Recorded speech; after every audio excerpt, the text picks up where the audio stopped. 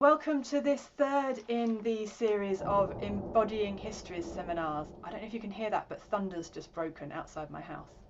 So apologies if you're hearing that in the background. Embodying Histories is a series of seminars bringing together people from different disciplines who explore embodied research in historical topics. And it's attached to and funded through my Arts and Humanities Council research project, which is called Behrman's Body: Understanding Historically Informed Performance, understanding embodiment in historically informed performance. Sorry. So the idea of the series is it's bringing together people from my background, which is music, and other disciplines, in order to encourage interdisciplinary dialogue around the issues and approaches to doing embodied historical research. So without further ado, I will get on to introducing today's speaker, who is Daniel Jacquet. Daniel is currently a Fulbright scholar in Chicago in the US, as part of a sabbatical, I understand, at the Department of History, University of Chicago. Daniel's a medievalist with a background in literary studies, history of science, and material culture in the early modern period, specializing in martial arts studies and the production, transmission, and reception of embodied knowledge.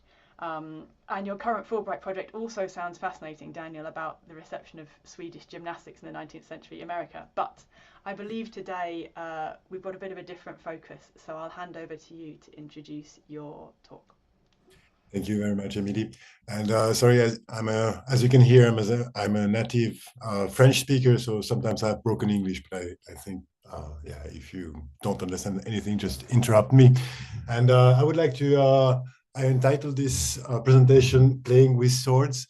I have a lot of colleagues saying, well, what are you doing, Daniel? Can we have you in armor, please? Can you come up at our conference with the armor? I say, yeah, what's the point? It's not a costume, it's an object, it's a tool for my research. So I'm not here to perform, I'm not a reenactor. I can bring my armor or my sword at the conference if it's for demonstrating methods and not just as an attire that I would wear. I would like to, I don't know, I have a lot on that presentation, so maybe I will pass some of them so I don't speak for an hour long, but let me get into this. So this is my raw material. This is a manuscript document from the 16th century. Here, sorry, it's upside down. So it's German. And this is a protocol of the town council of Lucerne. And it's about permission for a sword master to teach swords in public. And in there, he explains and he includes a lot of technical vocabularies. And I'm interested into the practice, and I want to understand the social context of the practice of the swords. And I have at my disposal a technical literature that explains some of these words, but we're playing with words mainly. And for example, there is one here, he says, well, this master can do this technique, this technique, this technique, this technique, and he will charge that much. And I want to understand what it is. So I, as a researcher, specialized and expert, I can read this and understand. But the researcher, the historian who doesn't have that expert knowledge, have no idea what it means. And I'm trying to inform my research towards modern day experiments in order to better understand what they were doing. This is an example of one output, so that's for a museum installation about that document. And here is a documentation of an experiment of that technique. He says, throw him to the floor, and that's one option. And this is documented with volumetric videos, so that allows you to change the point of view of the camera, play and stop. And here it's in French, so you have the technical literature that is informed or performed from, and that's an example of such a technique that is matching the time and place that we're doing. So that's what I'm doing, and that's an output for scientific communication, not for scientific research, but that gives you an idea of what I do.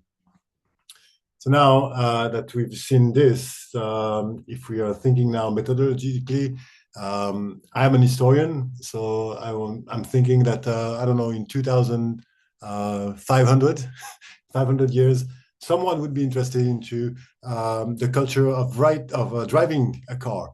Driving a car is an embodied knowledge, of course. Then you have to shift the pedal, the stick, different things.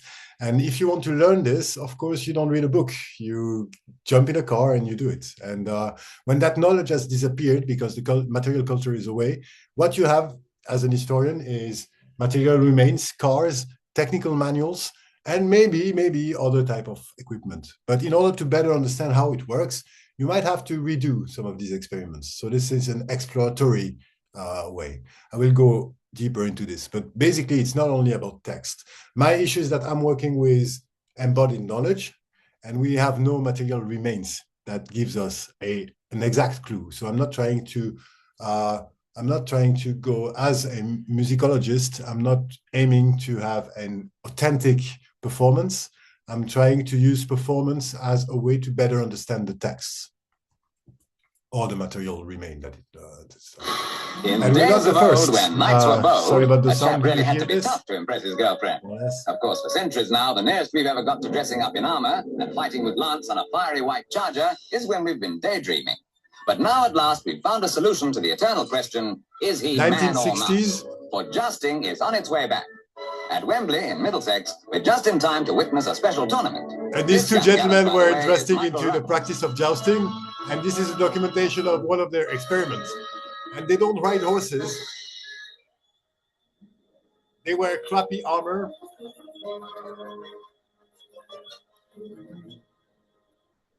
Michael's rival is Mr. Roy Cart. Notice how friendly they both are, at least at this stage. And the combatants go out to their charges. Oh, we forgot to mention the sport has been brought up to date by the use of motor scooters in place of horses. However, they still use lances. Somehow it wouldn't seem the same with stem guns.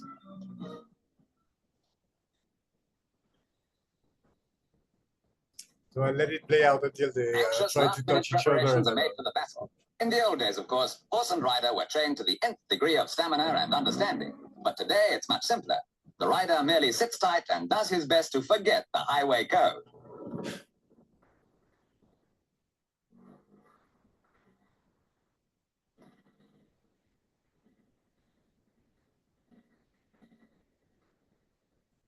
And of course they would miss. Is this is an experiment? What data? What is the documentation? What's the purpose? Is this reenactment? Is this historically informed performance? Is this historically inspired performance? Good, different ways. Go back again. This is an archive from the 1920s from the Metropolitan Museum of Art, who were exploring new video material, video documentation in order to do public outreach to schools. And in that one, they use actual objects, so object dating from the 15th century. And one of them is embodying a knight and doing stuff with it. And it's really interesting. But again, this is not actual research, but that's interesting because they are using the actual objects. So different types of performance. Let's see here. So they go into myth busting. Is this very heavy? Because this object is far away from us. It's badly understood. It's observed behind glass when it's made to be worn. So people have a bad understanding of the object. No, it's not heavy. The 19th century made a lot of damage around this. So yeah, you can actually do this without any issues. All right. So out of this. Oh, yeah. Sorry, dealing with, yes. I clicked the wrong button, coming back to my presentation. All right, so vocabulary. My colleagues, I don't know if you're familiar with this work. This is published by Sven Dupré, Kursel, Harris, Patrice Aluloff, and so on. So they're working with RRR. So the 3 R's, they saw this, but that's actually 5. So what is reconstruction, reenactment, replication, reproduction, and reworking? So different text. On the left, you can see I'm French speaking. So these are all of the terms that I will use. Some of with R, some of with E, evocation, emulation, tryouts, and so on. And sometimes it's difficult to create a dialogue that is interdisciplinary because our fields sometimes are siloed. And of course, we have many colleagues that are doing this, but we first have to understand why are you trying to perform something that is from the past. What's the goal? What's the outputs? How does it go? So you're well aware and informed about this. Historically informed practice. It appears in musicology, history of science, and reenactment studies as well. And the question is, can we can we better understand our research question through embodiment?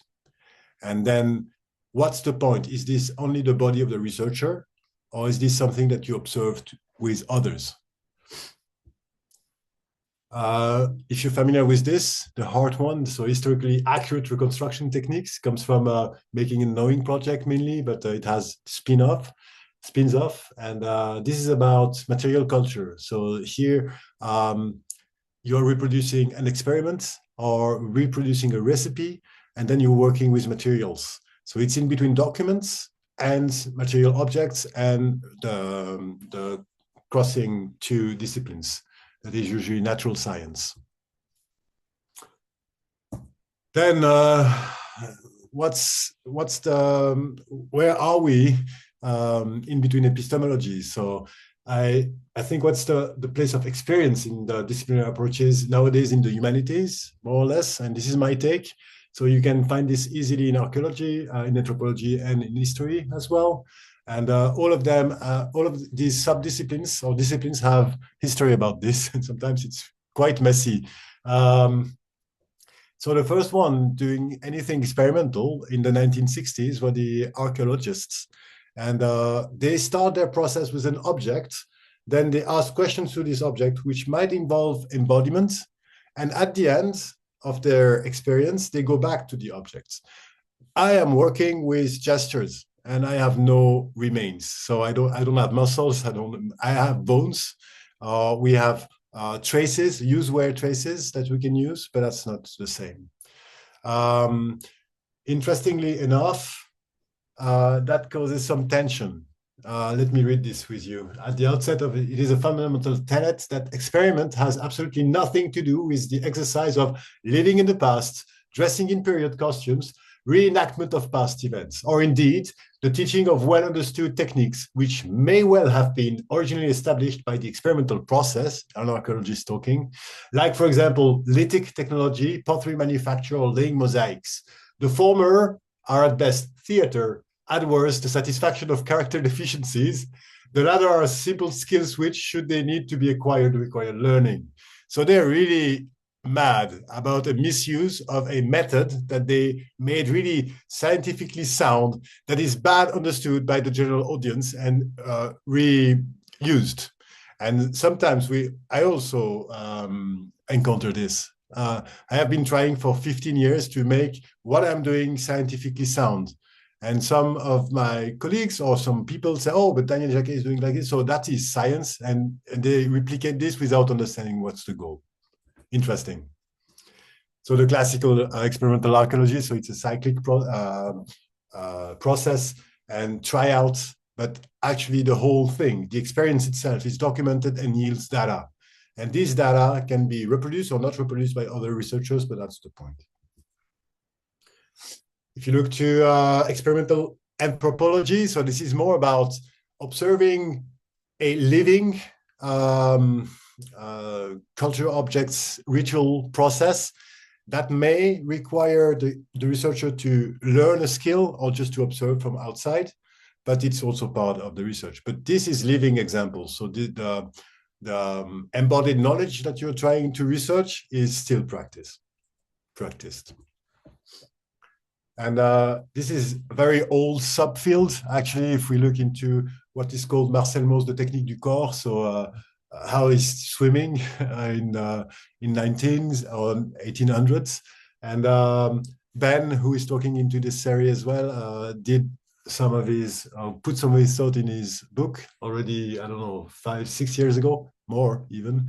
And one of the good elements that he points, but others have pointed before, is that you cannot reproduce practice. You can reproduce technique.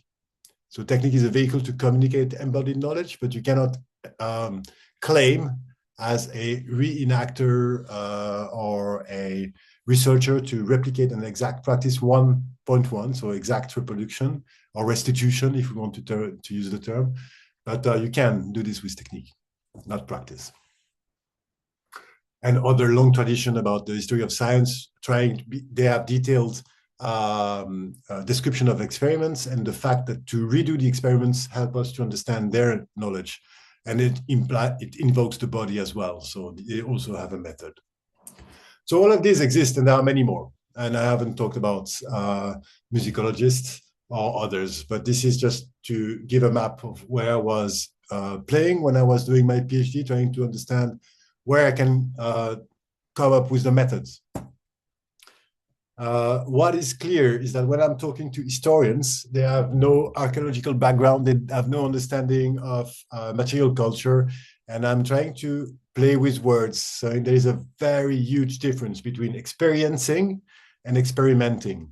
So my tryout is this. So the experiencing is personal tryout, and experiences, that is the same as in experimental archaeology. They call this exploratory experimental archaeology. This is where you're trying to fine-tune your method. Before you're doing the actual experiment, you have to try out, and you also document this, and it's part of the process. One is not bad and the other is good.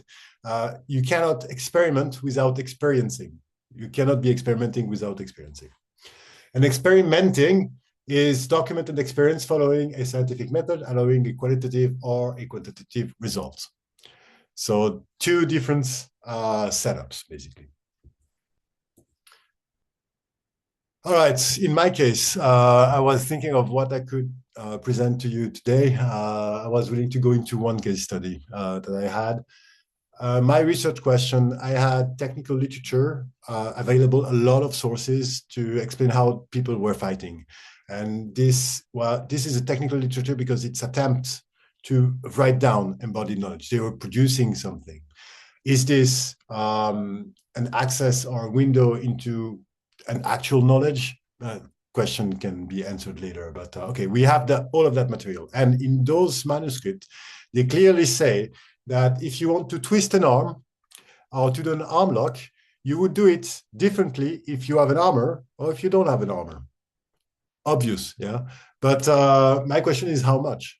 How does the wearing of the armor change the way you move or the way your body moves, and what's the impact? So my research question, to better understand my technical sources, the technical literature, was to better understand the armor. So I went into this. I was trying to put up methods because I wanted to test. Basically, I wanted to go from the book that describes a gesture, a series of gesture, into 3D world, our world, to better understand the technical literature and different technical terms and lexic.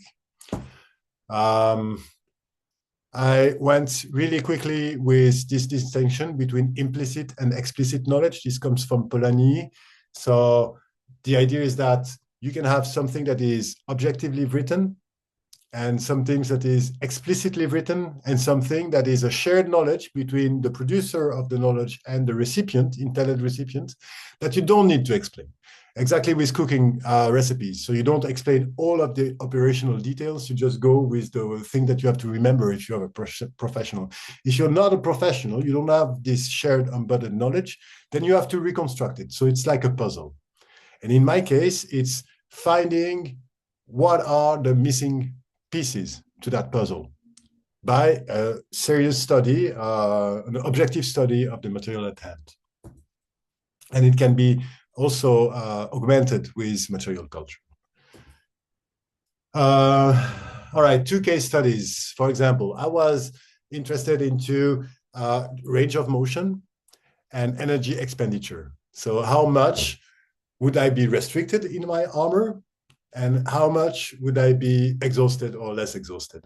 And when we did some tryouts, and to measure that with sports scientists and movement scientists, and we did a full study, and I will get into that. But actually, when we were ready to publish, colleagues from the UK in Leeds published a paper before us with similar methodologies. And we were like, no, what's happening? And we looked and we read their paper and we said, they are wrong. They're so wrong. And I would like to take you to this journey with me for the next at least 5 minutes. So in my case, I was wearing one replica that was designed as a tool for my research. So sadly, I cannot wear an actual suit. I would love to do this. We cannot do this in the 21st century. So I had to have a replica. And very early in that process. I didn't own an armor when I started my research and this PhD research. And I invited friends who were reenactors who owned this armor. And I made them do my protocols. And the first weekend, there were 5 of us, actually 4 armors were broken. Why? Because these are costumes. They are not made to actually function like the original one. They are made to be worn, to look like it. So it's visual reproduction, but it's not the actual technical one. And I knew that early on. And I said, wow, I really need an armor that is actually functioning as an original armor. That was hard to do, but I had something that was close. And with that one, from case study 2, I was just me. So it was a proof of concept. And for the Leeds colleagues, there were 4 experimenters, so they could compare data. So in their study, they found out that actually 2.3 times higher energy expenditure. So it's really tiring to wear this. You perform less efficiently and for less longer time. And how they did that, they walked on a treadmill using the replica that they would use at the museum as historical interpreters. And these guys, they are professionals. They're doing this all the time. So they know how to wear it. They know how the armor works. And that's why they did that. And this is 1.9, 2.1, 2.3 times higher for walking and 1.9 higher for running when compared with their data. So they measure the gas exchange while doing this. And mine was quite different. And in their paper, they said, oh, that explains why at the Battle of Azincourt, the English defeated the French. Actually, it's not. And it's really bad that they did that because it's based on bad understanding and a wrong translation. Actually, the text is French, and they say it's really difficult. So that's a chronicler telling about after the battle. He was not at the battle, so he's writing. So that's medieval chronicle, and he said that's really hard to get up of this mess. So there were dead horses, muddy terrain, lots of bodies, and they were shot at, and it was hard. The text says literally to be helped to be standing up. So it's not about you're able to stand up in armor. This is 19th century bias that the researcher has. In my study with the colleagues, we did the same, but also we went into the range of motion. So let me walk you through this. So this is classical science of movements. It's called the gait analysis. So it measures how you move while you walk. We did that with and without armor. And while I was wearing that suit, actually, this is funny, maybe just to explain this. So in these complex figures, sometimes you see the dark line is always above, but the light line in the last panel on the left goes above. So that means that in that particular motions, I had more range of motion in armor than without armor. I said, it's not possible. And I was arguing with the colleagues that your machine is wrong. I said, no, it's an established protocol. This is exactly what happens. You have more range of motion to that movement. And actually it was ankle, flexion and extension. And the fact that I have an added load, it creates a greater range of motion on some of them. Some movements are with greater range of motion. Then we did what we call the functional movement. So we tested all of the movement in the 3 directions, every articulations of the body, internal, external rotation, flexion, extension, abduction, adduction, with and without armor. Here are 2 examples. So this is for the shoulder with and without armor. And here we have some different results. Some of the movement are heavily restricted, some are not. And how does it matter? It really matters because of the technical literature. And this is a design. So the armor was designed to allow for specific movements and to restrict others, either to protect yourself or to actually make you a better fighter. And when we go now to the comparing of the experiment about the energy expenditure, so this is how it works. You are standing on a treadmill and you run until voluntary exhaustion. So it's really hard. So you want to make sure that you go until voluntary exhaustion, and you go this at all the different speeds until you have all of this data. And for me, it's 110 to 130% average increase for energy and expenditure, which is not at all what they found. So they found 2 times, so 200%. And I found only 110, 130. And why is that? Is this because I'm a better athlete? Actually, it's not. The reason why it's different, it's because my armor is an exact replica of what they had, a mechanical one.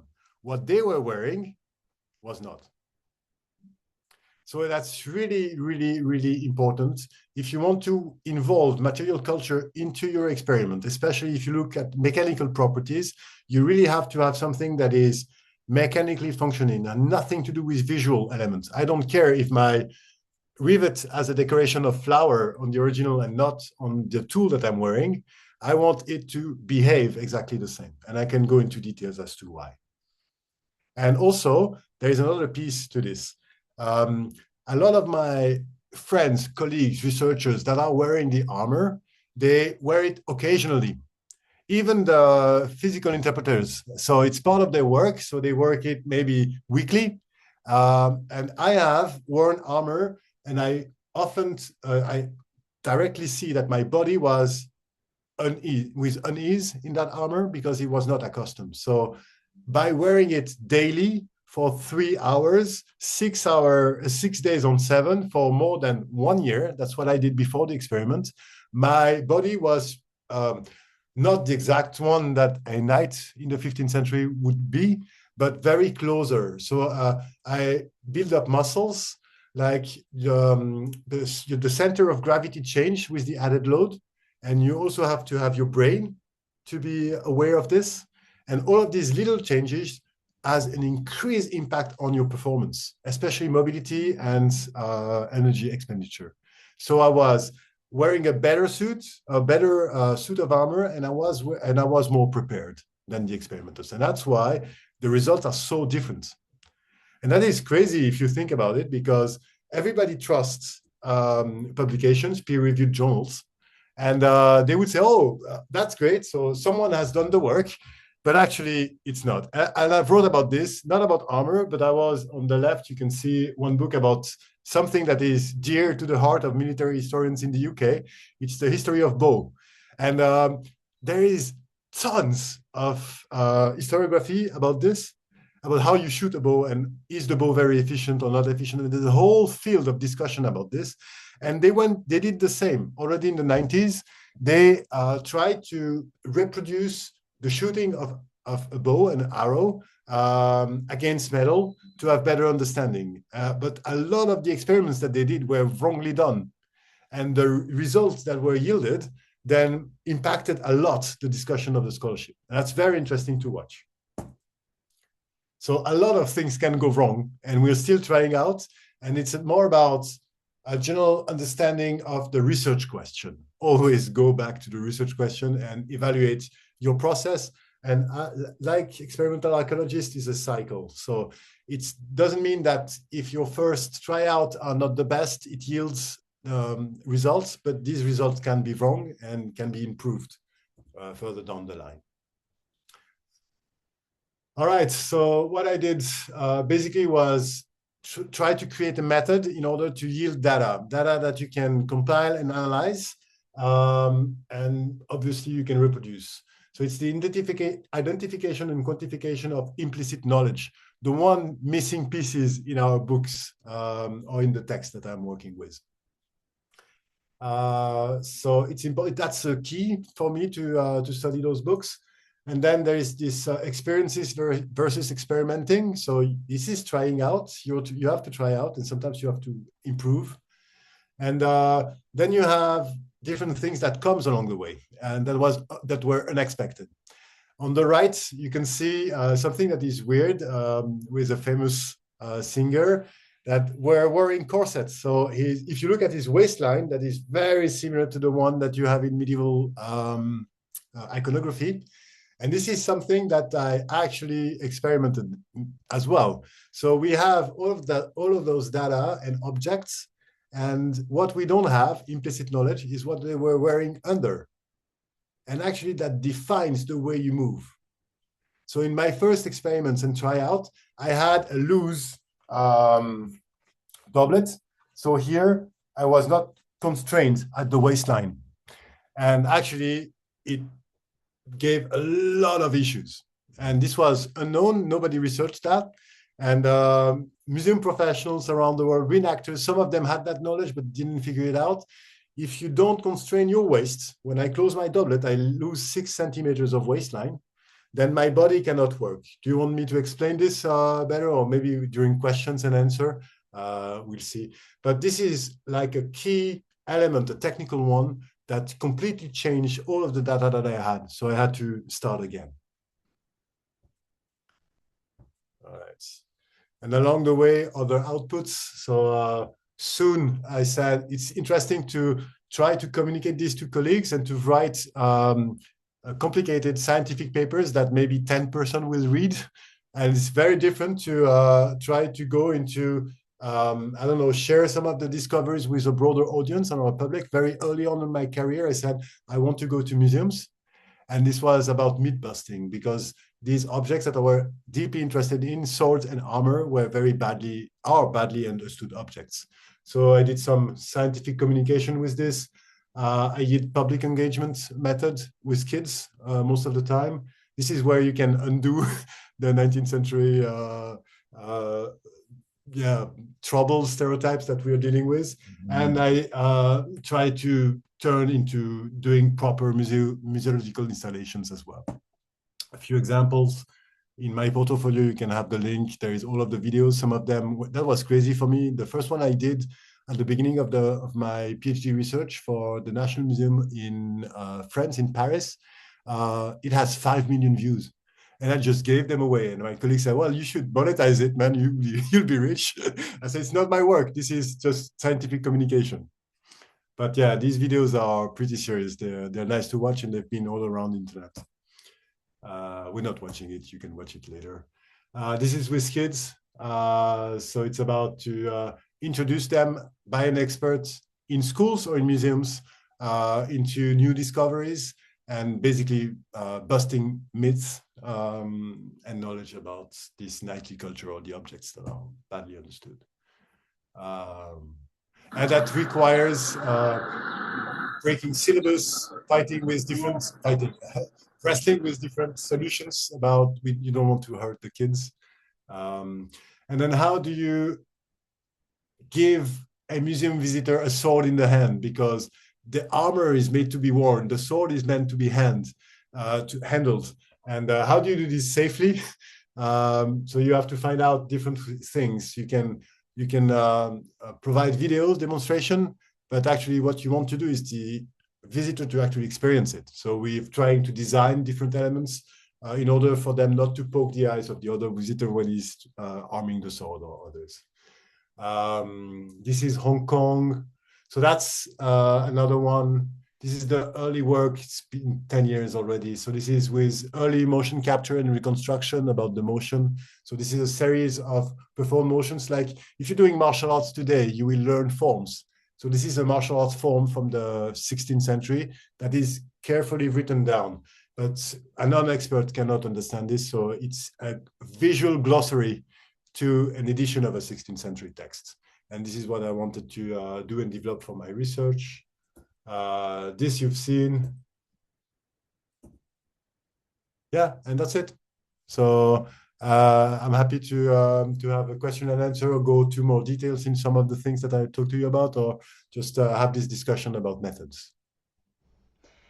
Thank you so much, Daniel.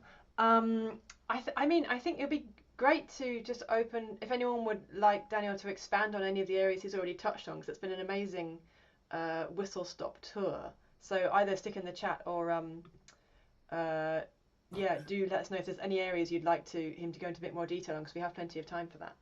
Yeah.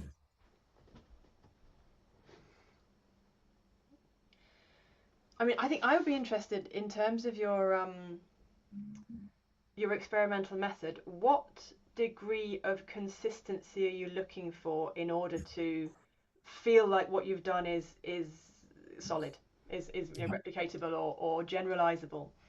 When discussing with different colleagues, they said if you want to write a solid, consistent method, it has to be other researchers may have to be able to reproduce it.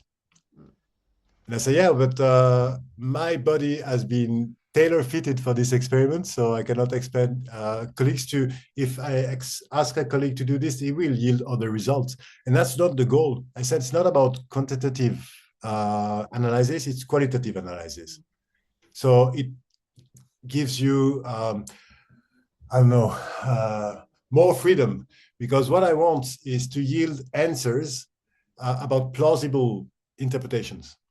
Some of them are plausible, some of them are not plausible, and in order to understand that, you have to redo them. And this is what I want. I don't want to measure exactly the angle or the pressure or the force, not interested into that. I want to be able to write, to give a reader an edition of a text interpreted by a specialist with a video glossary. So to what extent, if I go back to, can I do this? Yes, if I go back to the methods here, no, come on, exactly. So what makes me really confident is the evaluation criteria. So that part is down. So you cannot, in the experiencing phase, you can just go free. But then you have a very specific questions, and what are the different factors during the experiments that will change that, in order to really narrow them down and then make sure that you're not dealing with 20 variables, you're dealing with 3 that you can see. And then I'm confident with the method works. Does that answer your question? Yeah, so it sounds like it's very much about the, well, like with all practice research, the experimental design, the sense of who what audience you're communicating to as well. And yeah, the kind of the epistemology of the plausible rather than looking for positive facts. And how do you find people generally understand that, or is there still, because they can often, when communicating with other researchers in even closely adjacent fields, there can be this sort of the irresistibility of the desire for positive data. Yes. And the fear of anything else. Yes. Sometimes it's really difficult. So when I try to put this as a teaching syllabus for a bachelor's or master's degree, this was too advanced, way too advanced. Museum people, they get it because they're dealing with the objects. In history, it's not part of the training at all. There is little exposure to natural science and to experimental design and methods. So yeah, it's hard. And when I'm communicating with colleagues, I have to deconstruct, and we first have to start to discuss and talk the same language. So there is always this element. And why are you doing this? And a lot of, and then you're working with experts inside academia and outside academia. And then there is this problem. My quote was talking about character deficiencies. So sometimes people outside, redactors or people that are doing this, I don't know, for work, it's a life passion. It's actually income for them. And they are completely sure. It's about faith that what they have is better than the understanding of the academics. The academics, they work in an office. They never held a sword before. So they just disregard. So once you find the meeting point, it's always, like I said, it's collaboration. So you bring to the table specific knowledge. I bring to the table specific knowledge. Where can we go further together? And then we just have to adjust. What are we actually doing? What's the data that is yielded? How does it improve the existing knowledge? So yeah, that's the discussion I have before, all the different phases before I can start a collaboration. That's really interesting. Thank you. We have got a couple of things coming up in the chat. Lauren, would you like to ask your question, or indeed any other related questions you have as well? Because I know this is quite close to your heart as a historian.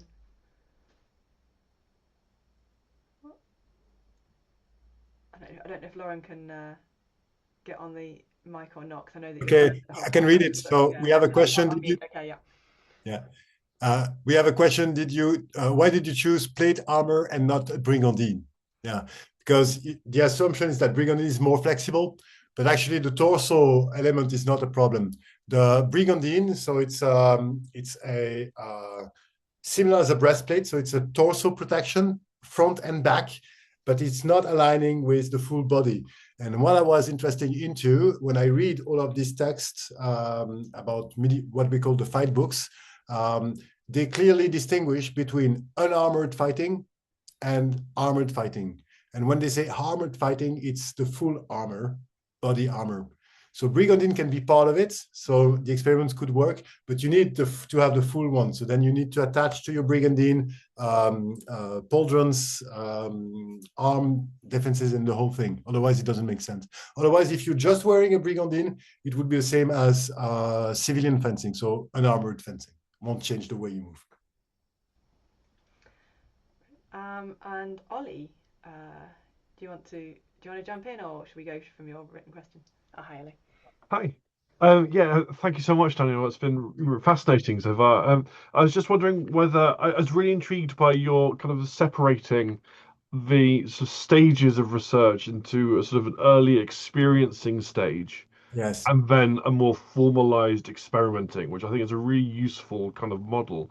But I was wondering if you could say a little bit more about that, and particularly in that earlier stage, how you kind of incorporate kind of traditional historical research for the information you find from manuscript and elsewhere, along with that kind of personal insight, and how that kind of, how I can see how, because this is something I'm kind of, along with many colleagues trying to grapple with as well, is how do you go from a practice which gives you an embodied knowledge and an understanding and insight, and how you convert that into a much more sort of seemingly rigorous, scientific framed process, when so much of what we're doing is about that experience and about trying to articulate that. Yeah. It's a long way, and you can be lost in the way. So, for example, if I go back to the early stage, when I didn't figure out all of this, I was thinking, oh, shoot, I really need to understand better about shoes. And I was lost for 6 months in shoes. And I said, well, I don't really need the shoes. I'm not willing to actually, I need to know if they were sleeping or not sleeping, and different questions, but it's not relevant to what I want to do. So it's really about narrowing down the research question. It can be multiple. So if you make a research project or research design, you said, I want to better understand how, I don't know, does the sword actually cut through things? And then it's about what is the power that is yielded by the sword, what's the angle, and what's the material that is against. So you have two different sets of experiments first that you have to experiment separately, then bringing them together. So it's more about carefully planning and understanding with specialists. It's interdisciplinary, multidisciplinary collaboration work. So usually it's not just, let's take two swords and go to the garden and try out. And then it's interesting because this will help you identify the different bits that you have, but then you have to make a careful research, planning, and design. What experiments would you need? What data would you need to answer which questions? And sometimes it's, sometimes before you try, it's stupid. And you have the opposite as well. You make a beautiful research design and you say, this is going to take 6 months. And it's going to be a waste of time, because what we're going to have in the end is unclear, unusable data. I can give an example. So I'm working with this description of movement, sometimes in addition with illustration. And I was thinking, oh, let's just make a tree of possible things. So when they are not talking about where to step, you can step forward, to that angle, to that angle, to that angle, to that angle. So for each and every time they're not mentioning the stepping, you have to do like 25 experiments.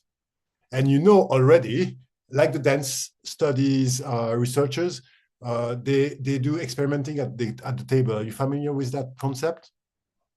So their body already knows, they have muscle memory. And when they read a performance, they can say, this is not possible. My body knows. So you just discard it. And this is dangerous to do. If you really want to be rigorous and scientific, then you should spend all of that time and these 6 months to prove that it's wrong. But to what end? So it's a mix between cost, time, and the type of data you're gonna have. So it's not really specific, it's more about an approach, but that would be mine. So from my research questions will yield different ones, just shut them if they are not helping, or just keep them for later. But yeah, just try to really narrow down and narrow the possible variables as much as you can, because when you then lead with your data, how do you observe it is wrong or it is right, or it's more plausible than less plausible, better than this, because there is no right and wrong. Yeah, reduce the variables. I was wondering if I can just hop on. I mean, one of the things, the other things that I thought was really interesting is your observation that as you were experimenting and you were physically adapting to Viyama, Yes. and becoming more, getting more muscles, or using Yes. it for that practice. And I guess is that you presumably, well, you might have guessed that in advance, but you couldn't necessarily know that. So, Yes. so how do you? I mean, is there some way? Is there sort of one of those serendipitous discoveries? Yes. I guess Chicken egg. how it feels like it's important to build in the possibility of that longitudinal study, Yeah. to even if you don't quite know where it's going, what it might provide in the end, but you need that time. Yeah, it's to find out. about that cycle. Can I tell you a story related to this? What really opened my eyes with this. So first it was impression, observation, feelings in my body that I knew that I had pain 2 months ago. I have no pain now. So that means my body is accustomed. So I had some adjustment, fine tuning to do. And sometimes it's about muscle building. But I remember having, it's very early on. So it's 2005, 2006. I was into that neck deep into the community of martial arts practitioners with swords, what we call historical European martial arts.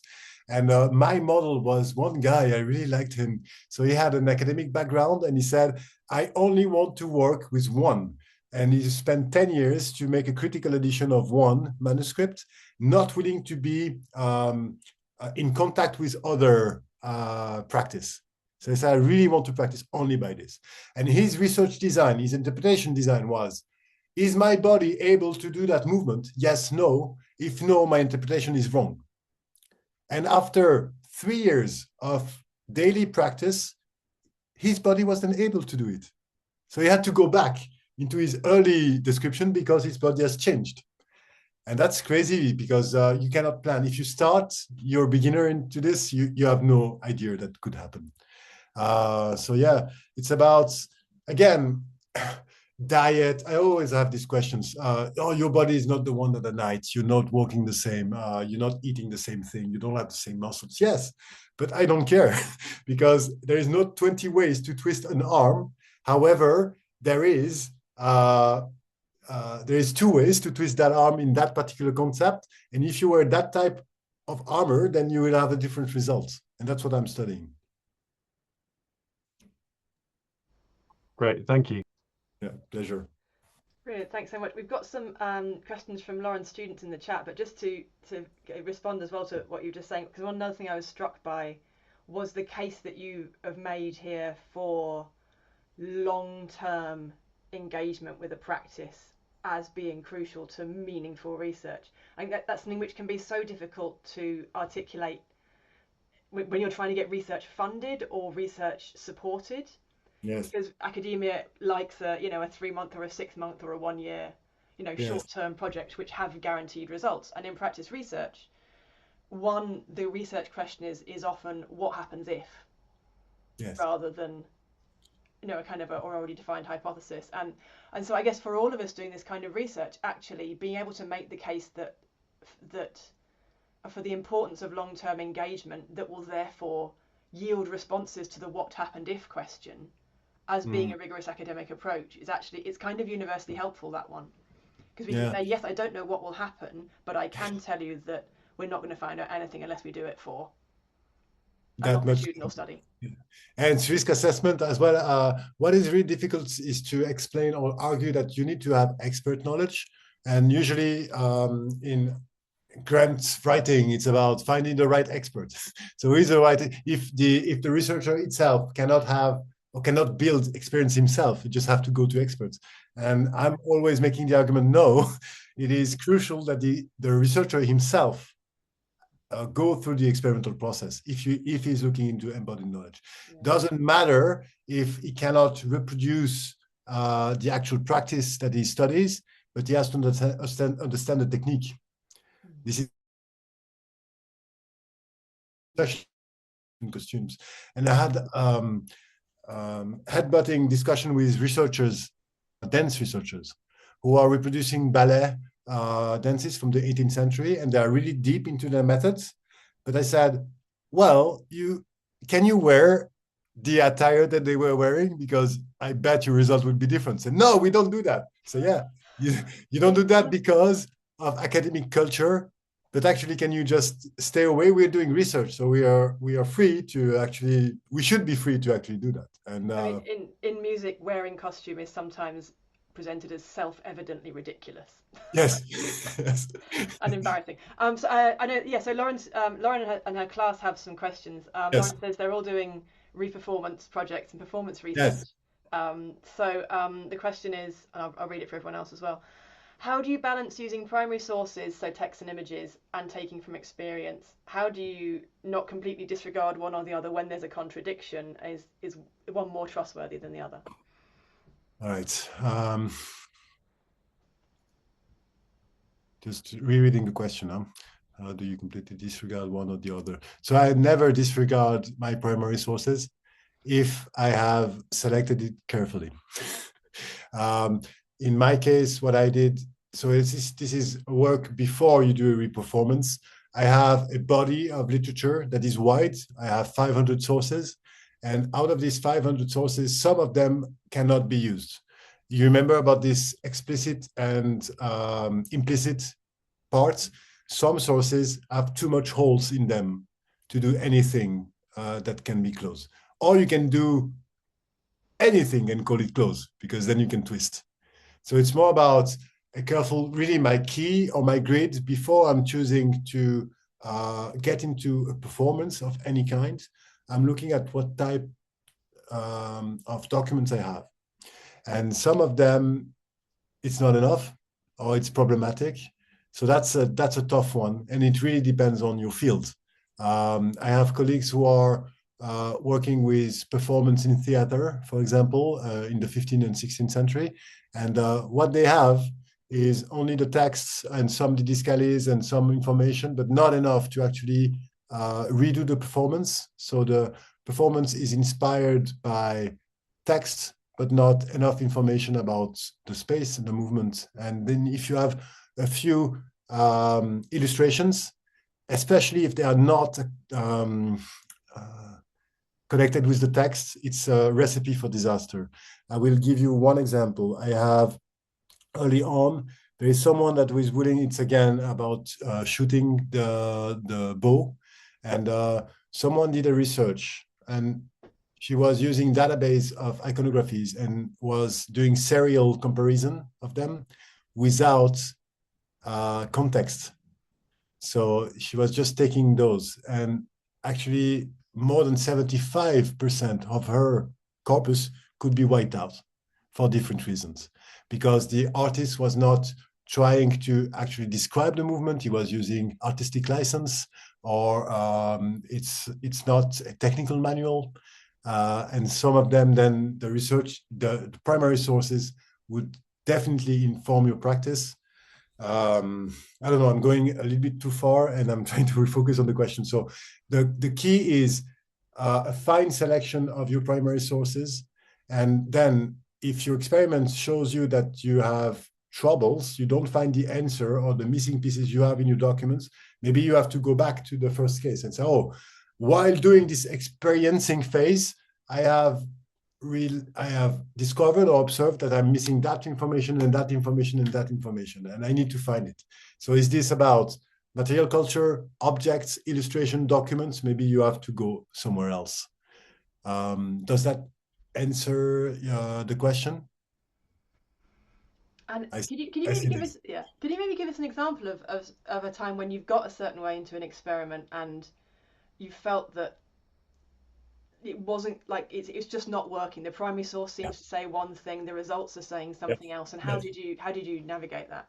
Yeah, I can give an example, very pragmatic one. So often my colleagues are giving me calls, say, "Oh, Daniel, I really want to go into experimenting phase. So can you help?" So yeah, sure.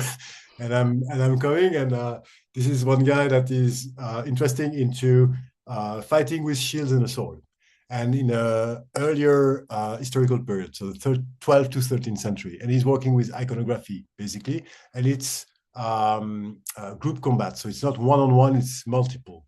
I say, oh, I really want to, I have these research questions and I want to know this. And if you leave the shield with the guy behind you is also, I said, it's too much variable, man.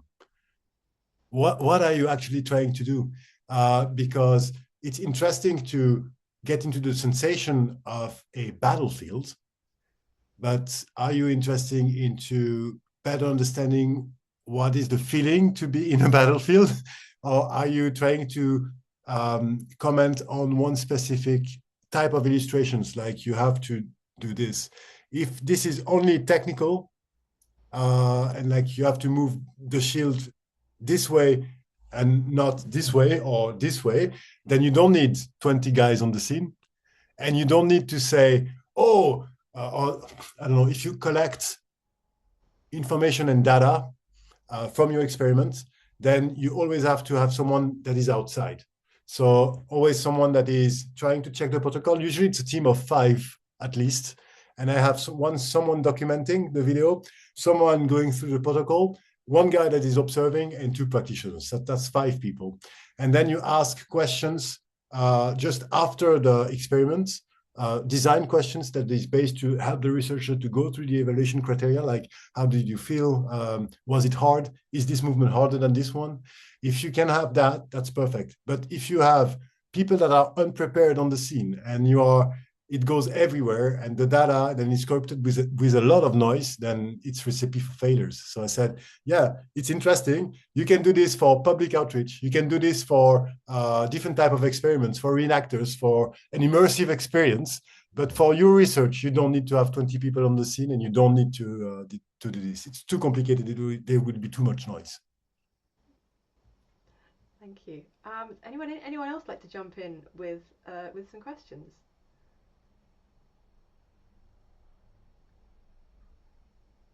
A minute. Sometimes I play chicken with the room.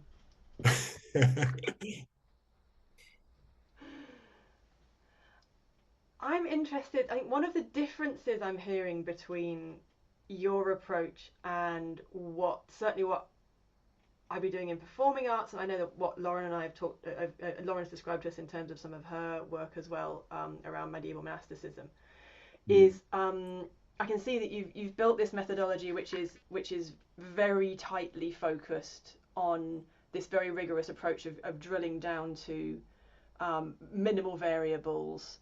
Yes. This kind of very tight and very kind of technical, almost abstract, not abstract because obviously it's contextually understood, but almost abstracted to understand the mechanics in a very Yes. specific way. And I think for those of us working in fields where it's not possible to do that necessarily in all Yes. fields. So Yes. so for instance, I mean in historical performance of music, I mean you have this long, obviously you're familiar with the long history of arguments about authenticity and all these things. Disregarding all of that, Yes. because it's not necessarily helpful.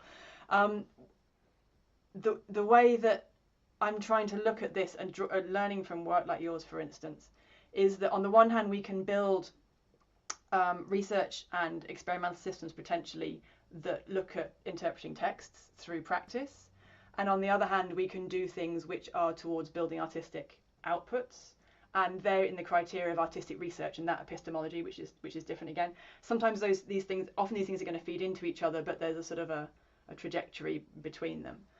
Yes. But there comes a point when the more abstracted the embodied research is down to tiny individual variables and therefore abstracted from the context of the practice, Yes. the less meaningful it is. Yes. Is there an element of that ever in your work where you've got right? Okay, the arm can do this, but does this tell me anything about how someone was fighting on the battlefield, for instance, in that affective experience, yes, or is that just not what you're aiming for? Okay, so it's interesting because sometimes in my research design, so I'm wearing different hats. So I'm a practitioner too, and I work with experts outside of academia who have other goals, and the goal is always the same: is to be able to give someone an experience with a sword that is closer to what he can read in the book. And yeah, sometimes we can let go of different things. If the main output in the end is like, I want to be able to defend myself against that set of attack. I've been working on this, creating syllabus for people to learn the embodied skills that will lead them there. But then it's only about protection, about this one. And so what happens when this and this and this? And say, yeah, it's not written in the text. So we don't care. We don't care if it's not written. That's their fault that it's not written or it's not preserved or whatever the reason.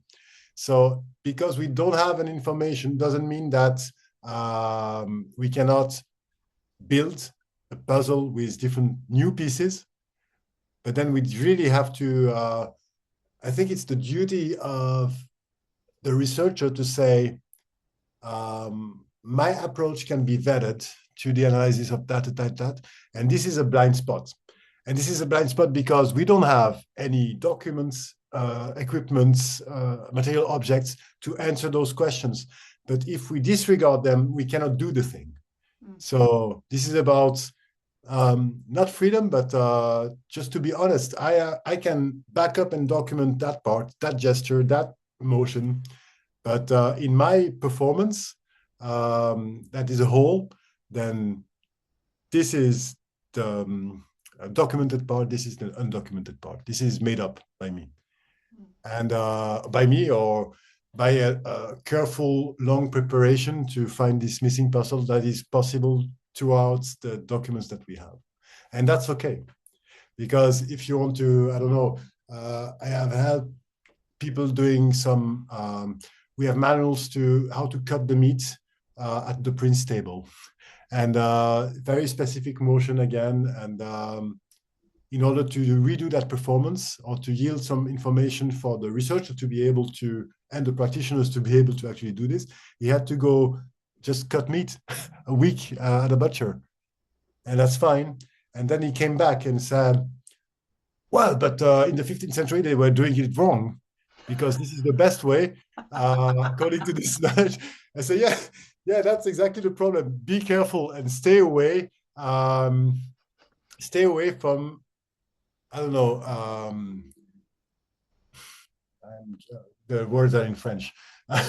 Stay away from someone who is trying to tell you what we're doing now is better and people in the past are stupid guys. It's just different materials. And in some of the experimental archaeologist people, they did the same. Sometimes they do experiments with people that are trained in carpentry and some that are untrained, with one set of problems and different solutions are brought together, and then it's compared, and one is more plausible than the other. And often, when someone is biased by a modern way, he has to unlearn it first before going. Same with music, I guess. Yeah, absolutely. Yeah, when you're collaborating, you have to have someone who's willing to be that, to not be the expert anymore, even though they bring the expert knowledge that is really valuable. Like, still the mindset of stepping back from it and understanding that perspective, and some people are really great for that, and other people it's very challenging. Yeah. And the other thing I was wondering was around this idea of the necessity of filling gaps with imagination, or it may be imagination, or maybe informed intuition, we might call it, when we're playing with embodied knowledge. But is obviously we're dealing with practices where it wouldn't have been uniform at the time. Yes. These sources are trying to codify and describe and systematize something actually which would have been subjective to every practitioner. So how do we relate to that? How do you relate to that? Yeah. It's a beautiful work by Rebecca Mallinckrodt, Lebendiges Leben. So she was working with technical literature from the 15th to the 19th century in an exhibition, and she wrote a beautiful book about it with the research. And that was exactly the research questions. What's the status of that manual, notebook, whatever? Is this, we know, and the author knew that writing down his knowledge is not a key to transmit it. And sometimes, if you have enough material to do the context research into why it was produced, what's the intended research, sometimes it's notes of practitioners, sometimes it's codified knowledge. So if you have insight into what you're looking at, you can have a better understanding if it was representative from a common practice. Because in my case, in a lot of time, especially in the 16th century, it's about people trying to promote themselves. So what they were teaching was different, what the argument is, than others.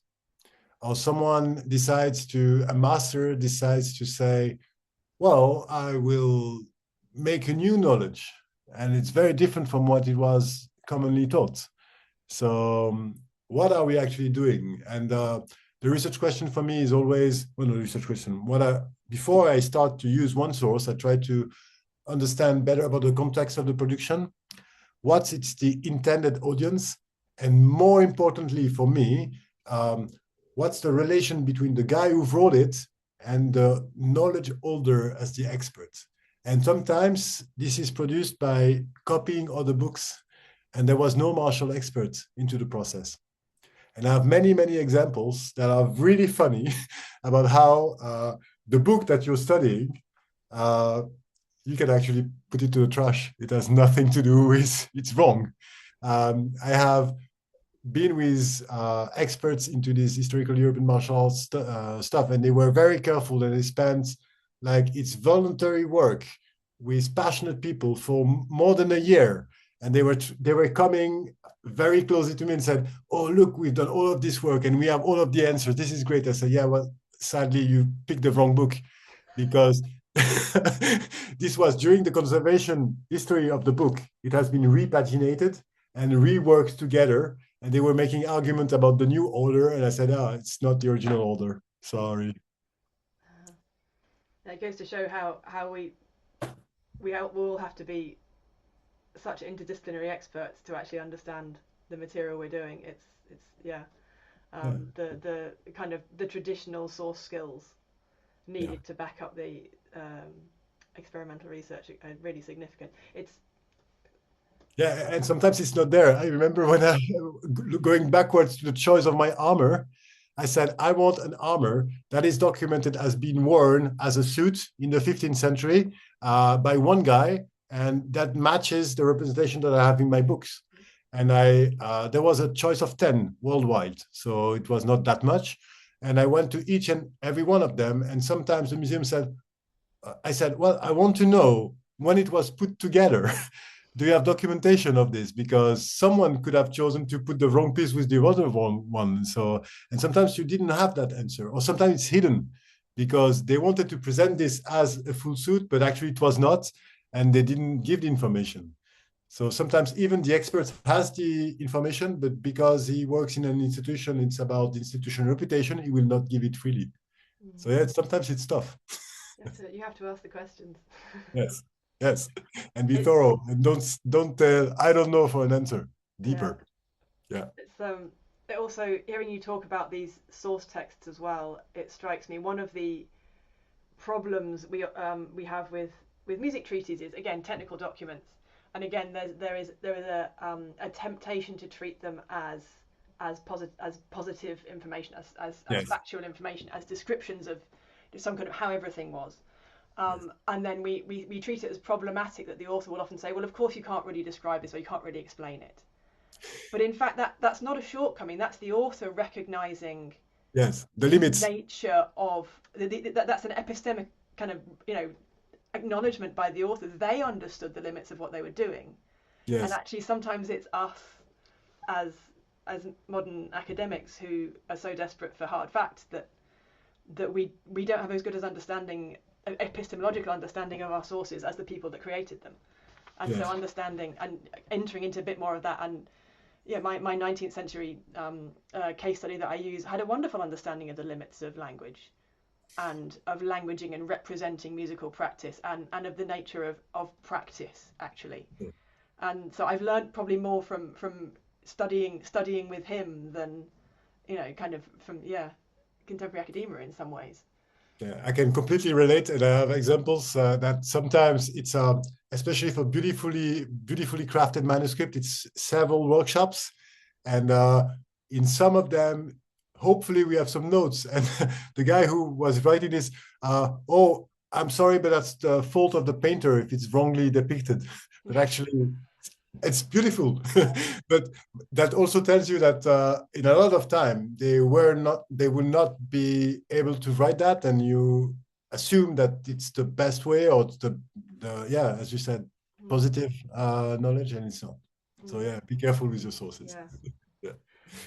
Still very open if anyone else would like to jump in with a question, and if not, I have maybe one final thing to put to Daniel before we kind of wrap up. But please don't be shy about coming forward if you've got a burning thought percolating. But one of the other things I noted when you were talking was this. You gave quite a lot of examples where the kind of your attempts to make this research extremely rigorous. It's challenging because it can be misappropriated, misrepresented, either the method or the results of it. And I wonder if you could talk a bit more about that. Particularly, it struck me that because of an understanding of the epistemology of practice and of practice research not necessarily being part of all fields, let alone the public understanding of research, it's very easy for that to happen. It's also very easy because it tends to be minority research, there's not as much of it. It's easy for single studies to be very overrepresented. Yes. And perhaps that's a challenge we face as researchers. We try something and we understand that it was just one attempt to answer a question. But if it's the only study, it's treated as the answer. Yes. And given much more importance than we would maybe be comfortable with. Yes. It's like if you're the only person to write an article on a topic, everyone cites it, and then no one does anything else. Exactly. Then it becomes the only source, and that's not a very healthy state to be in. I agree, but then you don't really control what people do with your research at the end. What is interesting is that when we first tried this attempted metadata, I was a young researcher, and some of the experts that I brought into the experiment, top 5 professor into that and that said, yeah, let's go to Nature. Let's publish in Nature. I said, are you crazy? Are you crazy? And we tried. He said, yeah, aim high, and then you go. And it was rejected because they said, your data is a proof of concept. It's n=1. You're one experimenter. So there is no quantitative stuff. So we cannot publish this. I say, yeah, this is one fail proof. I don't want to be on record and say that I dislike big academic journals and their method, but this is a fail safe also. So in that case, this is good. So publication peer review would tell you, oh, interesting, but actually not sound, or not this or not that. But actually the same data were published. So in the end, it's published, and you don't control what's done after. And this is one of the case study I made about the review of the historiography, how the historiography and the writing of historians' discourse changed after reading bad experiment published in journals. Even if it's very small, nerdy, and it has an impact.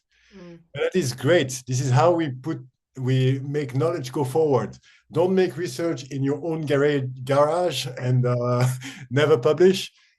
Publish even if it's imperfect. That would be my statement. And you can also always go back. And so it's fine to go back. So I wrote that 10 years ago, and my body changed, and now I have a new interpretation. Yeah, and absolutely, and we should be allowed actually to make mistakes and change our minds in the way that any other academic is. And I think sometimes that's not factored in somehow.